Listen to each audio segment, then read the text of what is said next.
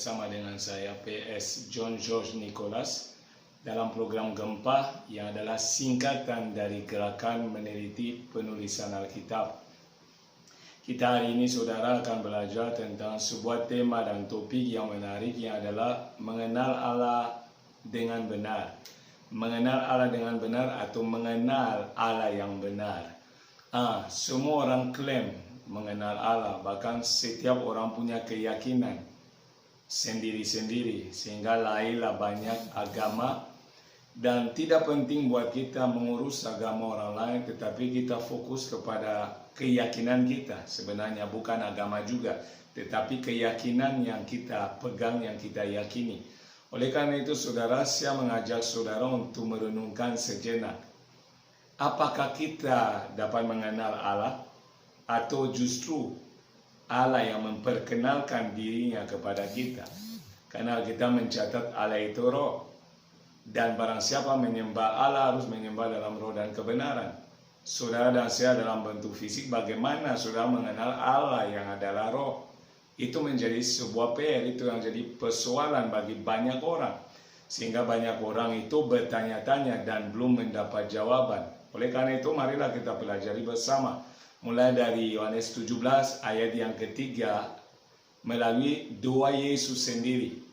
Yohanes 17 ayat 3 yang berbunyi, ini doa Yesus, inilah hidup yang kekal itu, yaitu bahwa mereka mengenal Engkau satu-satunya Allah yang benar, dan mengenal Yesus Kristus yang telah Engkau utus. Inilah hidup yang kekal, yaitu mereka mengenal Engkau satu-satunya Allah yang benar. Kalau dikatakan satu-satunya Allah yang benar, berarti ada Allah-Allah yang palsu. Bagian kita adalah fokus kepada Allah yang benar, yang diucapkan oleh Yesus di dalam ayat ini. Dan dikatakan bahwa hidup yang kekal ada di dalam Allah yang benar itu. Berarti di luar Allah yang benar itu, yang ada adalah kebinasaan. Maka saudara, penting sekali yang namanya pengenalan akan Allah yang benar. Maka Hosea 4 ayat 6 berkata, umatku binasa karena tidak mengenal Allah. Jadi kenal Allah yang benar membawa saudara kepada hidup yang kekal. Tidak mengenal Allah yang benar membawa atau berisiko membawa saudara kepada kebinasaan atau neraka saudara. Kalau kita perhatikan di sini, kita melihat itu bahwa mengenal Allah tidak segampang yang orang pikir. Kenapa? Kalau saudara lihat di Yohanes 15 ayat 16, firman Tuhan berkata, Tuhan sendiri Yesus yang berkata, bukan kamu yang memilih aku, tetapi akulah yang memilih kamu. Pertanyaannya saudara, kalau Tuhan yang memilih kita dan bukan kita yang memilih dia, bagaimana kita bisa mengenal Tuhan? Selain kalau Tuhan memperkenalkan diri kepada kita. Karena kalau saudara saya tidak mengenal dia, tidak mungkin kita memilih dia. Oleh karena itu dia memilih kita karena dia mengenal kita. Dia memilih kita, bukan kita yang memilih dia. Perhatikan perbedaan ini. Karena saya meyakini kalau saudara dan saya mengenal Allah yang benar, pasti saudara dan saya memilih Allah yang benar. Tetapi Yesus berkata, bukan kita yang memilih dia, tetapi sebaliknya dia yang memilih kita. Kenapa kita tidak memilih dia? Karena memang kita tidak ada kemampuan memilih Tuhan, karena kita tidak mengenal dia. Sederhananya begitu saudara. Oleh karena itu kita akan melihat satu kisah yang penting saudara, supaya saudara melihat sangat penting untuk hal pengenalan akan Allah. Orang meremehkan. Ada orang yang pikir hanya sekedar menjadi Kristen sudah mengenal Tuhan, mungkin belum lahir baru juga, dan sebagainya. Coba kita lihat itu di 1 Samuel 3, supaya kita belajar sesuatu yang penting. 1 Samuel 3, ayat pertama dan seterusnya, kita akan belajar dari kisah ini saudara, supaya kita melihat betapa pentingnya pengenalan akan Allah dan dengan cara apa Allah memperkenalkan diri kepada kita. Ayat pertama, judul perikopnya adalah Samuel terpanggil. Marilah kita pelan-pelan coba meneliti, mempelajari, sehingga kita mendapatkan poin-poin yang penting di sini. Samuel yang muda itu menjadi pelayan Tuhan di bawah pengawasan Eli. Pada masa itu firman Tuhan jarang, penglihatan pun tidak sering. Jadi ada seorang anak muda yang disebut Samuel yang adalah pelayan Tuhan di bait Allah, di tempat di mana ada Eli yang adalah imam. Jadi Samuel telah ditaruh di sana, diserahkan kepada Tuhan oleh ibunya. Ketika ibunya berhasil dianugerahkan anak, padahal lama tidak bisa mengandung, tidak bisa punya anak. Ketika itu terjadi, dia telah bernasar bahwa dia akan menyerahkan anak ini kepada Tuhan. Dan setelah Samuel lahir, ibunya membawa dan menyerahkan ke bait Allah di rumah Tuhan, di mana Eli adalah imam. Jadi Samuel adalah pelayan Tuhan di bait Allah itu, di rumah Tuhan. Ini di ayat pertama. Dan dikatakan di sana penglihatan sangat jarang, saudara. Firman Tuhan pun jarang. Tidak ada firman, tidak ada penglihatan. Orang bingung-bingung, orang cari di mana Tuhan, tidak menemukan Tuhan. Kenapa? Tidak ada penglihatan, tidak ada firman. Dan Samuel ada di rumahnya Tuhan. Kita ke ayat yang kedua, perhatikan. Pada suatu hari, Eli yang matanya mulai kabur dan tidak dapat melihat dengan baik sedang berbaring di tempat tidurnya. Eli berbaring. Kenapa matanya kabur? Dia sudah usia lanjut, dia sudah tua. Sehingga sebagai imam dia sedang istirahat, mungkin kelelahan karena kecapean atau apapun. Dan di sini perhatikan baik-baik, dikatakan ayat 3, lampu rumah Allah belum lagi padam. Jadi masih hidup lampunya. Samuel telah tidur di dalam bait suci Tuhan, tempat tabut Allah. Ada yang menarik di sini, saudara perhatikan. Samuel tidurnya di bagian di mana ada tabut Allah di situ. Bayangkan, saudara, tabut Allah itu ada di ruang Maha Kudus, di mana hadirat Tuhan itu muncul. Samuel tidurnya di situ, di tempat yang paling intim, tempat yang paling dalam daripada tempat di mana orang beribadah itu, di dalam rumah Tuhan. Dia ada di ruang Maha Kudus karena di situ Samuel tidur, Alkitab catat. Jadi bukan sekedar dia melayani di rumah Tuhan, tetapi Samuel ini tidurnya di tempat di mana hadirat Tuhan itu berada. Tetapi kita akan lihat bahwa itu pun tidak menjadi sebuah jaminan orang mengenal Tuhan. Sehingga jangan orang klaim karena melayani di gereja, khotbah, singers, well, atau pendoa, dia pasti mengenal Tuhan. Belum tentu, saudara. Dan kita akan mempelajari hari ini bahwa mengenal Tuhan tidak segampang itu. Justru sebaliknya, Tuhan yang memperkenalkan diri kepada kita. Sehingga kalau dasar ini kita memahami, kita akan tahu bahwa pengenalan akan Tuhan adalah sebuah anugerah. Dia adalah anugerah yang Tuhan beri buat saudara dan saya. Sehingga saudara tidak akan menganggapnya ece-ece atau remeh. Saudara tidak akan bermain dengan pengenalan itu. Kenapa? Pengenalan itu menentukan kekekalan saudara atau tidak. Saudara salah Allah, salah juga sorga. Kita lanjut, saudara. Ayat 4 katakan, lalu Tuhan memanggil Samuel, Samuel, dan ia menjawab, iya Bapa. Jadi Tuhan memanggil tetapi dia menjawab Bapa. Perhatikan ayat 5, lalu berlarilah ia kepada Eli, serta katanya, ya Bapa, bukankah Bapa memanggil aku? Tetapi Eli berkata, aku tidak memanggil, tidurlah kembali. Lalu pergilah ia tidur. Jadi Samuel yang dipanggil oleh Tuhan justru merespon dengan menyatakan Bapa. Kenapa dia panggil Eli Bapa? Karena di usia yang masih sangat kecil Samuel sudah dibawa asuh Eli di bait Allah. Jadi dia mengenal Eli ini sebagai bapaknya, atau kalau mau bapa rohani atau bapa angkat. Tetapi perhatikan ketika Tuhan memanggil Samuel, justru Samuel lari kepada Eli yang dia pikir Eli yang memanggil dia. Pertanyaannya sederhana, saya mau tanya ke saudara. Kenapa demikian? Samuel adalah pelayan di bait Allah, di rumah Tuhan. Samuel tidur di ruang di mana ada tabut perjanjian atau tempat di mana Tuhan bertata dan hadir. Tetapi ternyata itu pun gak jadi jaminan bahwa Samuel mengenal suara Tuhan atau mengenal Tuhan itu. Dia hanya melayani tetapi belum mengenal Tuhan. Coba perhatikan ayat selanjutnya dan 6. Dan Tuhan memanggil Samuel sekali lagi untuk kedua kali. Samuel pun bangunlah, lalu pergi mendapatkan Eli serta berkata, "Ya Bapa, bukankah Bapa memanggil aku?" Tetapi Eli berkata, "Aku tidak memanggil anakku, tidurlah kembali." Ini yang kedua kali Tuhan kembali memanggil Samuel. Samuel yang tidak mengenal suara Tuhan dan memikirkan bahwa itu adalah Eli yang memanggil, lari kepada Eli dan menyatakan, "Bapak, kamu panggil saya." Eli berkata, "Saya tidak memanggil kamu. Kembali istirahat." Samuel terbukti walaupun melayani di rumah Allah, walaupun tidur di dalam ruang di mana tabut Allah berada, yang adalah ruang Maha Kudus di mana Allah berkata, tetap Samuel tidak mengenal suara Tuhan.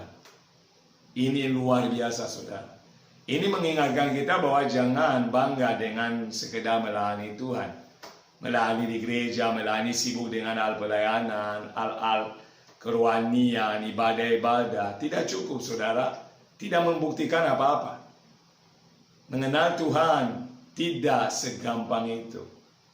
Dan hati-hati, karena pengenalan itu saking pentingnya. Saudara tidak boleh bermain dengan pengenalan akan Tuhan. Itu adalah esensi yang membuat saudara melakukan apapun. Maka dilanjutkan di ayat 7, Samuel belum mengenal Tuhan. Firman Tuhan belum pernah dinyatakan kepadanya. Inilah rahasianya. Kenapa Samuel belum mengenal suara Tuhan? Tuhan belum pernah menyatakan diri kepada Samuel. Tuhan belum pernah berfirman kepada Samuel. Artinya apa, sederhana? Dari ayat 7 itu kita menemukan satu fakta bahwa pengenalan akan Tuhan itu adalah inisiatif Tuhan sendiri, dan Tuhan melakukannya melalui suaranya, melalui firman-Nya. Tanpa firman tidak ada pengenalan akan Tuhan. Maka tanpa firman pun tidak ada iman kepada Tuhan. Iman timbul dari pendengaran, dan pendengaran akan firman Kristus. Jadi tidak bisa saudara mengklaim saudara kenal Tuhan karena mimpi, karena saudara dapat penglihatan di doa atau apapun lah. Ini enggak jaminan saudara mengenal Tuhan. Saudara hanya melihat dampak-dampak dari kehadiran Tuhan kadang-kadang. Samuel tidak mengenal Tuhan. Ayat 7 dengan jelas menyatakan Samuel belum mengenal Tuhan. Belum. Padahal dia sudah melayani Tuhan. Dia tidur di dalam bait Allah, di rumah Tuhan, dan dia tidur di tempat di mana tabut berada. Tapi Alkitab catat Samuel belum mengenal Allah. Kenapa belum? Jawabannya sederhana, ada di situ. Firman Tuhan belum pernah dinyatakan kepadanya. Maka jangan meremehkan yang nama firman. Jangan meremehkan yang nama meneliti Alkitab. Karena melalui penelitian akan Alkitab, saudara saya bisa mengenal Tuhan. Karena Tuhan memperkenalkan dirinya melalui firman-Nya, saudara. Maka penting sekali kita mendorong orang untuk belajar, untuk baca. Oleh Roh Tuhan, Tuhan akan menyatakan diri melalui apa yang tertulis. Ayat 8. Dan Tuhan memanggil Samuel sekali lagi, ini yang ketiga kali. Untuk ketiga kalinya, ia pun bangunlah lalu pergi mendapatkan Eli, serta katanya, "Ya Bapa, bukankah Bapa memanggil aku?" Lalu mengertilah Eli bahwa Tuhanlah yang memanggil anak itu. Ini pentingnya di sini. Eli adalah imam Tuhan, orang yang sudah melayani Tuhan begitu lama, sampai dia usia tua masih di dalam pelayanan. Di yang ketiga kali, karena terulang, Eli mengertilah bahwa yang memanggil Samuel adalah Tuhan sendiri. Kenapa Eli tahu? Karena Eli sudah biasa mendengar suara Tuhan.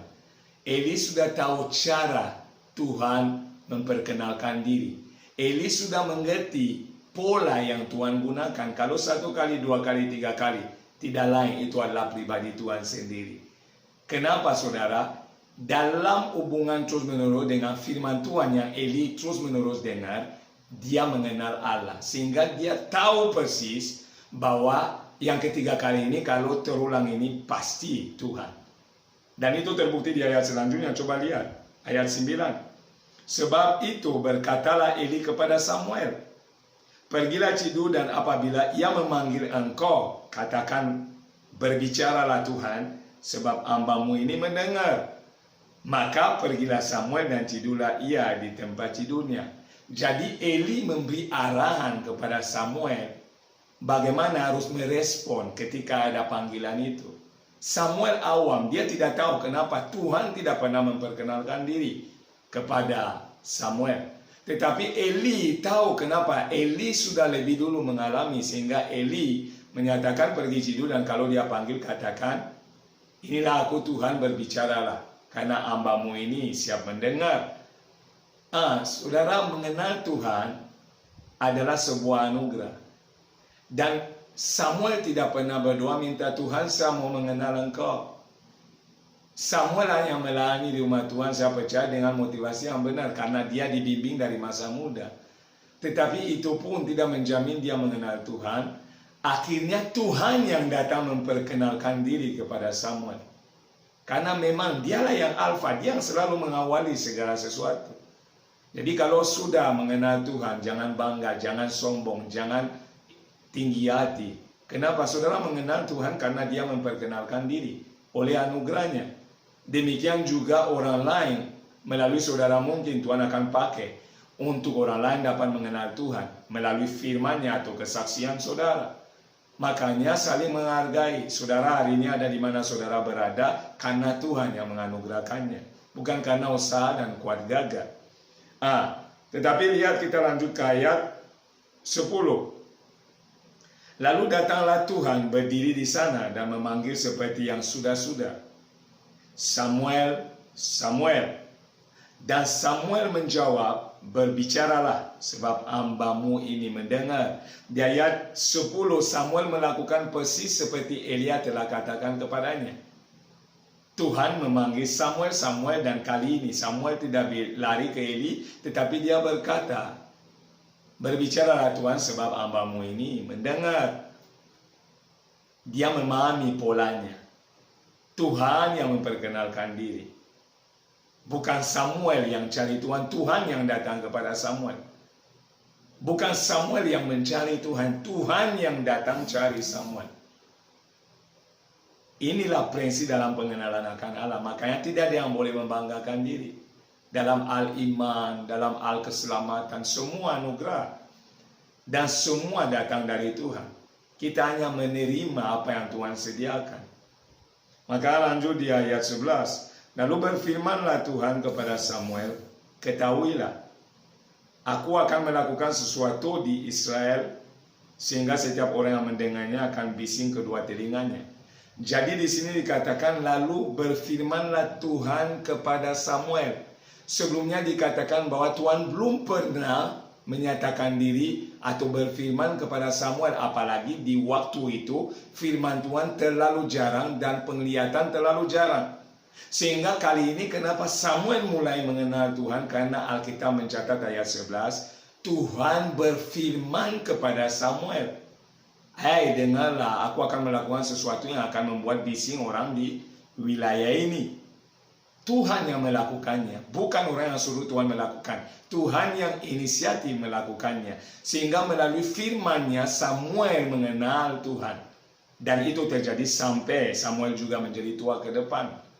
Jadi pelayanan tidak menjadi jaminan kita mengenal Tuhan.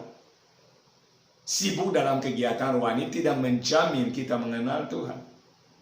Bisa menjadi sebuah rutinitas agamawi. Tetapi kita harus memastikan kita mengenal Tuhan dan mengenal Tuhan yang benar seperti doa Yesus di Yohanes 17 ayat 3. Kenapa? Pengenalan akan Tuhan yang benar akan bawa saudara kepada hidup yang kekal. Tetapi ketidakpengenalan akan Allah akan membawa saudara kepada kebinasaan. Hosea 4:6. Itu penting, jangan dianggap enteng. Dan itu dari mana? Dari firman yang saudara teliti, pelajari, sehingga Roh Kudus akan mulai seperti Tuhan mau itu dalam anugerahnya membuat saudara menemukan rahasia-rahasia di mana saudara akan bertemu dengan Allah muka dengan muka. Dan Allah itu tidak lain adalah Yesus Kristus Tuhan. Maka saya bilang kepada saudara, semua yang saudara akan teliti di dalam Alkitab akan membuat saudara bertemu kepada satu pribadi Yesus Kristus Tuhan. Sekarang kita lanjut ayat 12. Pada waktu itu aku akan menepati kepada Eli segala yang telah kufirmankan tentang keluarganya dari mula sampai akhir. Jadi di sini kita menemukan satu fakta bahwa Tuhan setelah datang kepada Samuel dan berfirman kepadanya, Samuel mengenal, kalau saudara baca seterusnya, sehingga besoknya Eli panggil Samuel, dia berkata, apapun yang Tuhan bilang kepada kamu, jangan ada yang kamu sembunyikan, katakan kepadaku. Kenapa? Eli tahu Tuhan itu pasti cari Samuel, memperkenalkan diri, ada sebuah pesan penting untuk rencana Tuhan ke depan. Makanya di dalam pengenalan akan Tuhan, saudara akan tahu rencana Tuhan ke depan. Samuel setelah Tuhan berfirman kepada Samuel, Samuel tahu apa yang akan dikerjakan Tuhan ke depan. Karena Tuhan mulai membukakan kepada Samuel apa yang dia akan kerjakan ke depan. Dalam pengenalan Tuhan ada yang namanya hidup kekal, tetapi dalam pengenalan akan Tuhan yang benar, saudara akan menemukan rencana Tuhan di sana. Saudara akan menemukan jalan Tuhan di sana. Saudara akan menemukan hati Tuhan di sana. Saudara akan menemukan pikiran Tuhan di sana. Tetapi saudara, pengenalan itu walaupun datang dari Tuhan, dia datang dari firman Tuhan. Bukan dengan cerita-cerita, tetapi dari firman yang Tuhan ucapkan. Dan kita semua tahu bahwa Alkitab adalah tulisan-tulisan yang Tuhan ilhamkan oleh Roh Kudus kepada penulis-penulis. Jadi Alkitab sepenuhnya adalah firman Allah. Jadi kalau saudara dan saya mau mengenal siapa Tuhan, saudara dan saya perlu meneliti Alkitab. Saudara perlu mendengar apa yang Tuhan firmankan. Dan saudara bisa mendengar itu sederhananya hari ini melalui apa yang tertulis. Yaitu firman Alkitab yang kita pelajari saat ini. Oleh karena itu, siapa Allah yang benar? Yohanes 17 berkata, Allah yang benar dan Yesus Kristus. Siapa Allah yang benar itu? Sehingga saudara dan saya meyakini, ini saya mengenal Allahku, saya mengenal jalanku, saya yakin bahwa saya pasti diselamatkan. Bukan keyakinan yang kosong, tetapi keyakinan yang berdasarkan pengenalan akan Allah. Karena Allah lebih dulu sudah memperkenalkan diri dan sudah mengerti apa yang telah dia kerjakan. Coba kita lihat ayat ini. Di dalam Kolose 2 ayat 9. Yang berbunyi begini. Sebab dalam dia berdiam secara jasmania seluruh kepenuhan kealahan. Di dalam dia berdiam seluruh kepenuhan kealahan. Di dalam Yesus berdiam seluruh kepenuhan kealahan. Jadi Allah yang adalah roh yang tidak kelihatan menjadi kelihatan dan dia memberi diri dikenal dalam wujud manusiawi Yesus Kristus. Maka dikatakan di dalam Yesus Kristus seluruh kepenuhan kealahan. Saudara tahu kata seluruh, seluruh artinya tidak ada yang tidak. Jadi semua yang saudara mau tahu tentang Allah ada di dalam Yesus. Kalau saudara melihat Yesus, saudara melihat Allah. Kalau saudara mau tahu apa yang Allah suka, lihat apa yang Yesus suka. Kalau saudara mau tahu apa yang Tuhan firmankan, dengar apa yang Yesus firmankan. Dan yang Yesus firmankan atau Tuhan firmankan adalah Alkitab.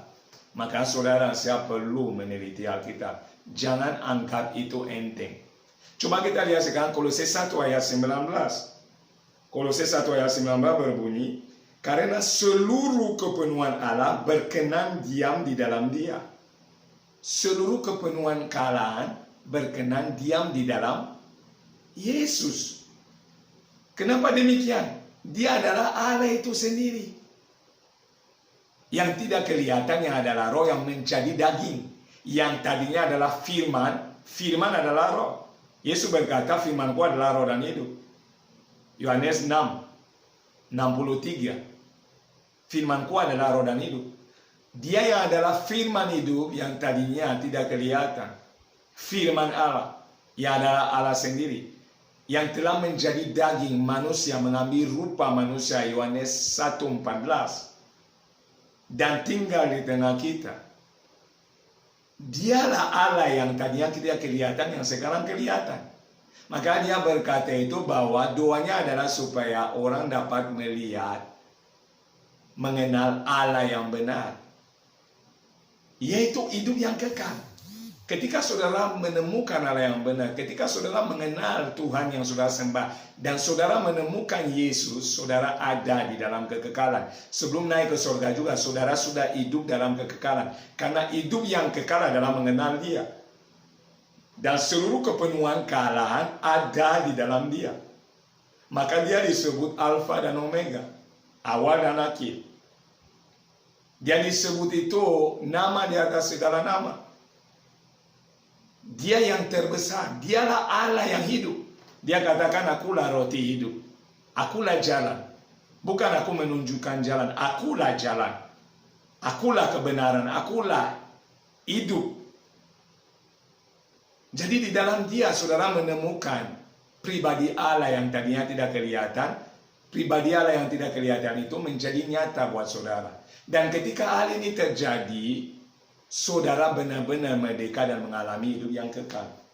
Kenapa? Tidak ada lagi yang bisa menggoncangkan saudara, karena saudara tahu dan yakini dengan pasti Yesus adalah Tuhan, Yesus adalah Raja, Yesus adalah Mesias. Tetapi saudara harus tahu, pengenalan itu datang dari Tuhan, bukan dari kita. Pengenalan itu adalah anugerah yang dinyatakan. Makanya bukan kita yang mencari Tuhan, Tuhan yang mencari kita. Kita tidak pernah minta Tuhan datang menebus kita. Tuhan yang berinisiatif menebus kita. Di momen yang kita tidak layak lagi, saudara. Semua adalah anugerah, maka hidup ini harus bersyukur. Tetapi saudara, untuk mengenal Allah hari-hari ini, di zaman kita, banyak suara, banyak Allah, banyak tawaran, bahkan manusia pun setarakan diri dengan Allah. Bagaimana saudara saya tetap berada di dalam Allah yang benar? Untuk tetap berada di dalam Allah yang benar, harus mengenal Allah itu lebih dulu. Dan oleh anugerah saudara saya yang sudah mengenal Allah yang benar, yang sudah tahu Yesus Kristus adalah Allah yang benar, yang sudah hidup di dalam anugerah oleh iman di dalam Yesus Kristus, yang sudah ada di dalam keselamatan, kehidupan kekal yang disediakan. Jangan menganggap enteng firman-Nya, karena melalui firman-lah sudah mengenal Dia lebih dalam. Awalnya Dia memperkenalkan diri, tetapi untuk pengenalan yang lebih dalam, saudara akan perlu terus-menerus bersekutu dengan firman-Nya, terus-menerus mendengar apa yang Dia firmankan, sehingga kepekaan akan menjadi bagian saudara. Saudara akan berbeda dengan Samuel yang awal tidak tahu suara itu. Kenapa? Dia tidak merenungkan. Dia tidak mendengar firman Tuhan. Tuhan belum pernah berfirman kepadanya. Tetapi setelah itu Samuel terus menerus mendengar sehingga menjadi nabi bagi bangsa Israel itu. Demikian buat kita hari ini, saudara.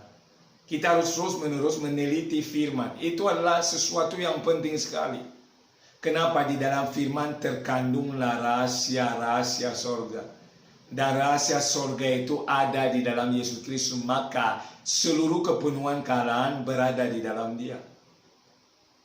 Saudara mau mengenal Tuhan lebih dalam, bacalah, renungkanlah firman, telitilah firman. Saudara bergaul dengan firman. Firman itu bukan sekedar tulisan.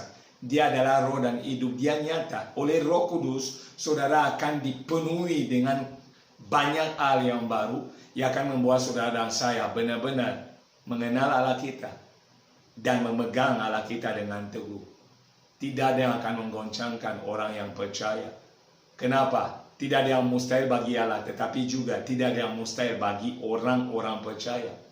Pengenalan akan Tuhan akan membawa kita berakar, kokoh, dan melangkah sampai tujuan.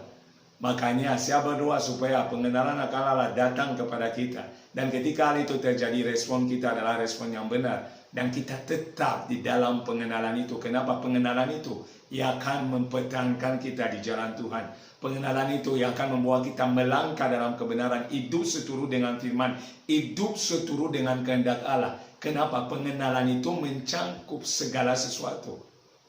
Pengenalan itu penting, saudara. Kalau saudara mengenal seseorang, saudara bisa mempercayai orang itu. Tetapi kalau saudara dan saya tidak mengenal Allah, kalau ada badai, kalau ada masalah, ada goncangan, ada virus corona, saudara pasti lari ke dukun atau kepada Allah lain. Saudara akan cari pertolongan di mana tidak seharusnya. Karena apa? Saudara tidak mengetahui bahwa Allah yang saudara kenal sanggup menolong saudara. Saudara tidak meyakini bahwa Allah itu bisa mempertahankan saudara di dalam jalannya. Kenapa? Pengenalan. Seorang anak mempercayai bapaknya karena dia tahu bapaknya kuat, mampu menolong dia, mampu mengurusnya, mampu memelihara hidupnya. Kalau Tuhan sungguh-sungguh adalah Bapa, banyak orang yang berdoa-doa Bapa kami, tetapi pada hakikatnya tidak pernah mengenal Tuhan sebagai Bapa, tidak pernah menaruh posisi diri mereka sebagai anak dan Tuhan sebagai Bapa. Hanya sekedar retorika, perkataan dan perkataan. Kenapa bisa begitu? Karena pengenalan belum ada. Oleh karena itu kelahiran baru yang kita sudah pelajari membawa kita dalam pengenalan akan Allah sehingga kita menyatakan Yesus Kristus adalah Tuhan. Dan dari tahap itulah pengenalan demi pengenalan kita akan alami kalau kita berhubungan dengan firman Allah. Kalau kita terus-menerus membaca, merenungkan, meneliti firman, sehingga pengenalan kita akan Tuhan dari hari ke hari akan bertumbuh, semakin membuat kita berakar. Karena firman adalah benih, dan benih itu akan bertumbuh menghasilkan buah bagi orang yang memilikinya. Maka di dalam Tuhan kita pasti berbuah karena kita mengenal Dia. Tetapi tanpa pengenalan, jangankan berbuah, bertahan saja kita tidak akan dapat melakukan. Maka Yesus berkata, di luar aku kamu tidak bisa melakukan apapun. Marilah saudara maju terus di dalam Tuhan dan bersyukur atas anugerahnya bagi kita. Tetap meneliti firman dan maju. Jangan lalai saudara di zaman ini. Ini waktu lebih dari waktu apapun yang lain, di mana kita harus menempel kepada Tuhan kita. Kita harus sungguh-sungguh mengenal kita, supaya ajaran-ajaran sesat yang muncul belakangan itu begitu banyak tidak menggoncangkan kita. Akar kita tetap di dalam tanah, sehingga apapun kita tetap berdiri dengan teguh. Inilah yang bisa saya sharingkan. Jadi jangan anggap remeh pengenalan. Ingat baik-baik, Tuhan yang memperkenalkan diri kepada kita. Karena kita tidak mampu mengenal Tuhan karena dosa.